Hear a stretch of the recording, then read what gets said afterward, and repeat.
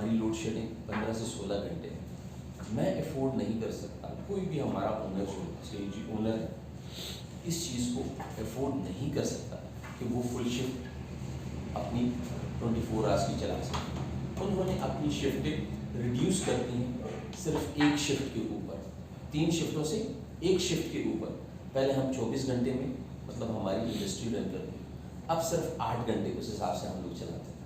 تو میں باقی بندوں کا یا ہمارے سیکٹر کے لوگ افورڈ نہیں کر سکتے, مطلب لاکھ روپیہ کے قریب ان کی تنخواہیں بنتی ہیں, تو وہ ہم افورڈ نہیں کر سکتے, نہ ایسے بھی کر سکتے. اسی بزنس سے ہم کچھ کمائیں گے تو ان لوگوں کے بھی گھروں میں بھی ان چیزوں سے ان کا چولہا جلتا ہے.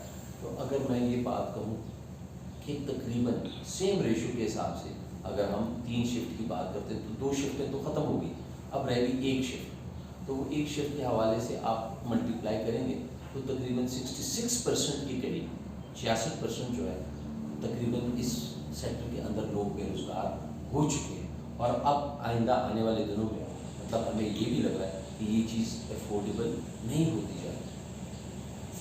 جی بیسیکلی اگر ہم نے یہ ایسوسیشن بنائی, آپ لوگوں نے دیکھا ہوگا کہ لاسٹ دسمبر میں, لاسٹ ایئر دسمبر سے لے کے جنوری, فیبرری اور مارچ 15-16 تک ہم لوگوں نے جتنی اس میں تگودو کی, ہم نے SNGPL کے ساتھ, وفاقی حکومت کے ساتھ, ان لوگوں کے ساتھ ہم نے ان چیزوں پہ بڑا وہ کام بھی کیا اور انہوں نے اس میں ہمارے ساتھ بڑا تعاون بھی کیا. میں یہ بات ضرور ان کو اپریشیٹ بھی کروں گا کہ انہوں نے ہمارے ساتھ کافی تعاون کیا. پھر اس سلسلے میں ہم نے ان جہاں پہ ہمارے جو فیلرز ہیں ان کے لیے ہم نے ایک کورس ڈیوائس کیا جس کو ہم نے سیفٹی کورس کا نام دیا ہوا ہے, وہ ہم نے ڈیوائس کر دیا. پھر ابھی ہم اوگرا کے ساتھ اور HDI کے ساتھ ہمارے ایک MOU انشاءاللہ کچھ دنوں میں سائن ہو جائے گا.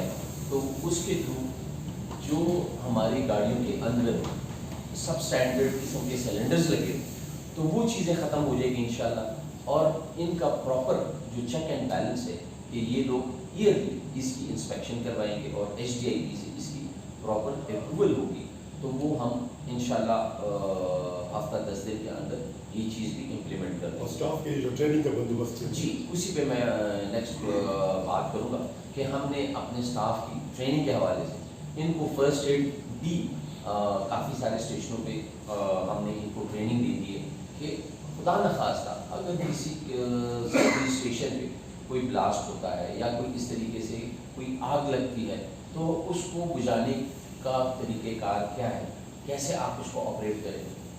تو اس میں ہم نے ریسکیو 1122 پلس ICRC نے ہماری کافی مدد کی ہے اور انہوں نے ہمارا اپنا جو ان کے ماسٹر ٹرینرز ہیں تو ہمارے ٹرینرز کو انہوں نے ٹریننگ دی اور وہی ٹریننگ ہم آگے فردر اپنے نیچے والے جو ہمارے CNG اونرز ہیں, مالکان ہیں, تو ہم ان کو بھی یہ والی چیزیں امپارٹ کریں.